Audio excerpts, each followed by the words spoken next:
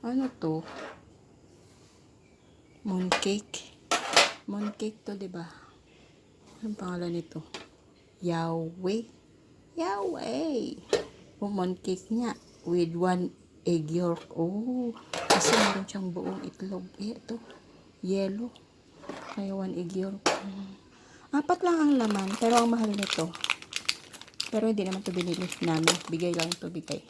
Bigay ng boss ni ate. Nabawasan na ng isa kasi kinain na nila. So, ako, ang isa, po ilang araw yan. Ano lang yan, pag ganun-ganun. Kasi yung isang ganito, hindi mo kayang ubusin agad ng isang kainan. Kalahati lang. Ayun. Tapos, ang maganda rito ay yung lagayan. Alam niyo yun, lagayan. Nag-iipon ko ng mga ganito eh. Kasi tuwing binibigay ng mga ganito, mga magagandang lagayan. Ayun. Kaya yun. Tapos, pag uwi ni doktora, yung alaga ko, tatanungin ko pa kung gusto niya tong lagayan. Diba? Ang ganda. Talagyan ng mga anik-anik. Dami ng ganito namin. Every year. Paiba-iba. Iniipon ko. Tapos, pinapalitan namin pag may bago na namang ganito. Yan. Mamaya, lagay ko yun sa rep. Bukas na akong kakain. Masarap din yun ni partner sa kape. Alam niyo yun. Tapos, ito pa. Mayroon pa isang bago ito. O, tingnan mo. Maganda rin ang lagayan. Tapos, alam mo ba kung ang laman nito? Alam niyo po ba kung anong laman nito? Ang laman nito ay ano lang. Ito, oh. Ang dami, oh. Pink. Cute na lagayan. Okay. Tapos, tinranslate ko ang laman.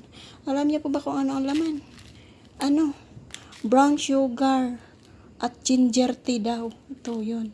Brown sugar at ginger tea. So, hindi man sila nainom. Ayaw ni ate ng mga ganito. Gusto niya yung sariwang luya ang papakuluan. Talaga. Yun ang iinumin niya. Pero mga ganito ayaw niya. Tapos pag tinimpla mo to siya, ang kulay nito ay parang kape din. So ako lang ang umiinom. Di ba? Nakailang na ako. Papayat na siguro ako nito pag naubos ko to no? Isang box eh. Tapos, ayun. So di ba? Dalawa ang lagayan. Papipilian ko si doktora kung alin ang gusto niya. Ito or ito. Pag naubos yung laman. Ito, madaling maubos ang laman. Tadali niya yun doon sa Talagyan namin ng mga anik-anik namin. O, diba? Cute yung mga anik-anik na yun ay. Hindi yan to. Mas ayaw pa niya ating inumin kasi Chinese. Hindi niya alam kung ano. Ginawa ko, ko pa muna. Iniscan ko pa. Pina-translate kung anong ibig sabihin, kung anong laman. Baka naman kasi kung ano lang yun, iinumin. So, ayun. Brown sugar at ginger tea lang. Pampa-diet. Yan. Medyo iba ang lasa pero pwede na. Masarap na. Pwede din yan sila mag-partner. Pwede kaya sila.